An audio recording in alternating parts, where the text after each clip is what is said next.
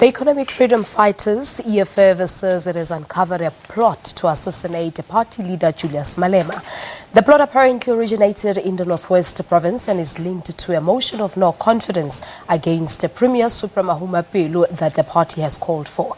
Apparently, the plotters have approached assassins in various provinces and all the police have been alerted. Mandisa Mashego is the Gauteng provincial chairperson for the EFF and she joins us now in our studios in Johannesburg. Good morning to you, Mandisa. Thank you so much for coming through. Good morning, and good morning to the viewers too. Now, where and how did this allegation come to light? Well, you'd know that it's not the first time that the commander-in-chief has had his life threatened. But of course, at any given point in the work that we do as a revolutionary organization, some of those things naturally are expected. But there's been a spike, and obviously an unusual spike, which is very concerning, but also taken extremely seriously by the EFF, as you've correctly said, that we have, informants, and we have our own sources of information. As you would know, we do have security for the Commander-in-Chief and the leadership of the EFF, and so the information that we have now indicates that these latest threats should be taken seriously, considering the current environment on the ground in terms of the EFF's position on land expropriation, but driven primarily by our land occupation program, which is our permanent program. But also, as you would know, there's recent developments in the Northwest province where we are pushing for a motion of no confidence against the corrupt Supra. And so, AfriForum as well, from the right, white supremacist right-wing organization, AfriForum has had an increased effort on their part to stop land occupation. They basically have taken it upon themselves to say that any program of the EFF and any efforts of communities on the ground to assist themselves in terms of, pressing accommodation needs, by pushing for land occupation programs harder than we have before. All of these actions have come together to culminate in these increased threats. Let me just come there, Mandisa. This particular plot that we're talking about this morning, is it a fairly new one? Because as you have correctly said that there had been plots previously. Well, we've had many incidents of sometimes individuals that you would assume to not be, very sane, making all sorts of, threats and, intimidating actions against the EFF leadership. And some of those would have been investigated in the past and found not to be very serious. But of course, now, as I've indicated, we've experienced a spike in these threats, and some of them have, been analyzed at a very basic fundamental level, to the extent that the EFF has had to report these incidents to the Minister of Police. And we've actually received confirmation that our complaints are being taken seriously, that there is, a special investigative team that will be set up to look into all these allegations and obviously the signs that the assassination plots are very likely real.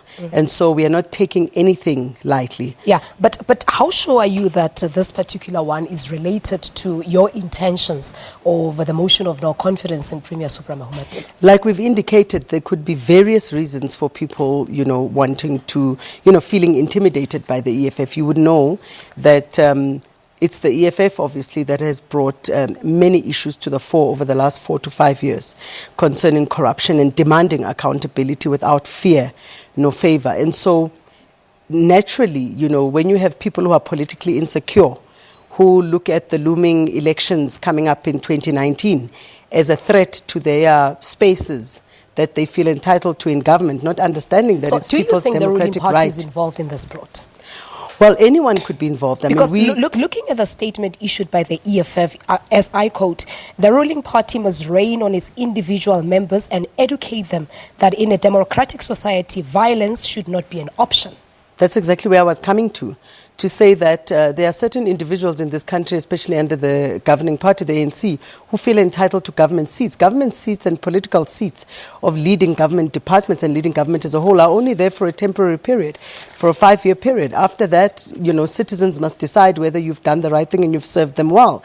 And so we are very sure that there are indications that these threats, like I said earlier, could be coming from anywhere between the far right wing, which are represented by AfroForum and all their, nefarious right-wing redneck thugs, or from thugs within the ANC who feel entitled to government and can see the signs that, time is going to be up pretty much soon and the elections are coming up next year, and all sorts of funny, intimidating tactics to make us feel like we'll be weakened somehow. We are not taking those threats very lightly, and we have every indication currently to know, like I said earlier, every indication is telling us that these threats are real, and that the promises, or rather the process of looking for assassins and even contacting, criminal gangs is very real. We have every reason to believe that it's real, and the Minister of Police, has agreed that these threats could very much be real, and that government needs to take them seriously. Okay. From what you have gathered so far,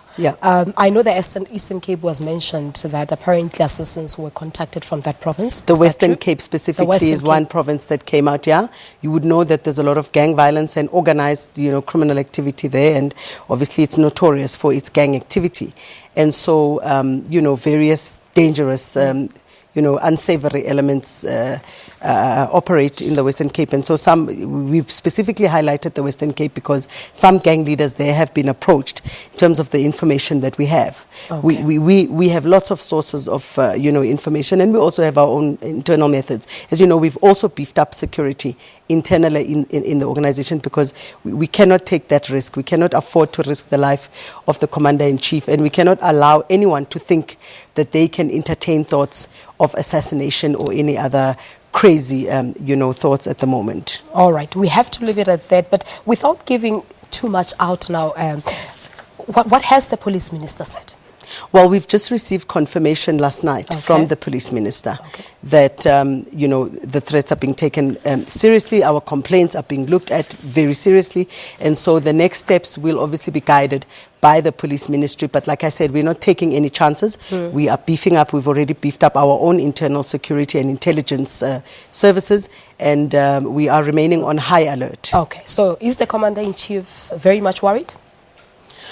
Well, naturally, himself and his family and the leadership of the EFF as a whole and members of the EFF are extremely concerned at this point. All right, we have to leave it at that. Mandisa, thank you so much for coming through. Thank you. Many thanks to Mandisa Mashego. He is the Gauteng provincial head of the EFF, talking to us about a possible plot to murder the party's commander-in-chief, Julius Malema. All right, we're taking a quick break.